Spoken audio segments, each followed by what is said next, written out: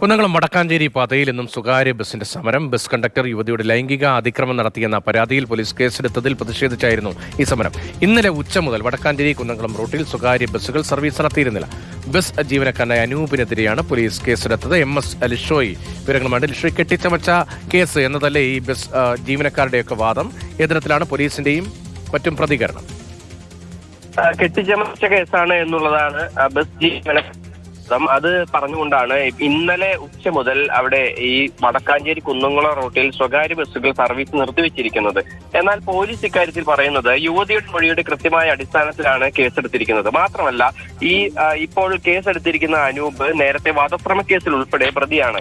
ഈ പ്രതിക്ക് നേരത്തെ ക്രിമിനൽ പശ്ചാത്തലമുണ്ട് എന്നത് മാത്രമല്ല, ഇത്തരത്തിൽ ഈ ഒരു ലൈംഗികാതിക്രമം നടത്തിയതിന് ശേഷം ഈ യുവതിയോട് ഈ താൻ പറഞ്ഞതനുസരിച്ചില്ലെങ്കിൽ ഇങ്ങനെയൊക്കെ നടക്കുമെന്നുള്ള ഒരു കാര്യവും പറഞ്ഞതായി പോലീസിന് മൊഴി നൽകിയിട്ടുണ്ട്. എന്തായാലും ഇക്കാര്യങ്ങളിലെല്ലാം തന്നെയാണ് പോലീസ് ജാമ്യമില്ലാ വകുപ്പ് പ്രകാരം കേസെടുത്തിരിക്കുന്നത്.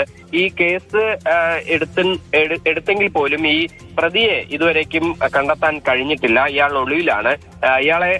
ഇയാളോട് ഹാജരാകാൻ ആവശ്യപ്പെട്ടുവെങ്കിൽ പോലും പോലീസ് സ്റ്റേഷനിലേക്ക് എത്തിയിട്ടില്ല. മാത്രമല്ല, തുടർ നടപടികളുമായി പോലീസ് മുന്നോട്ട് പോവുകയാണ്. അതിനിടയിൽ ഇന്നിപ്പോൾ കുന്നംകുളം ACP ഒരു യോഗം വിളിച്ചിട്ടുണ്ട്.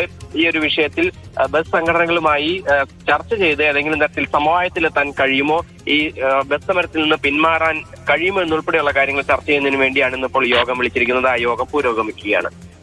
ശരി, ഒരു യോഗം വിളിച്ചിട്ടുണ്ട്. സമരം അവസാനിപ്പിക്കാനുള്ള ശ്രമം ഉണ്ടാകുന്നുണ്ട്. അതേസമയം പോലീസ് ആ കേസുമായി ബന്ധപ്പെട്ട നിലപാടിൽ ഉറച്ചു നിൽക്കുന്ന MS ലിഷോയാണ് വിവരങ്ങൾ തൃശ്ശൂരിൽ നിന്ന് നൽകിയത്.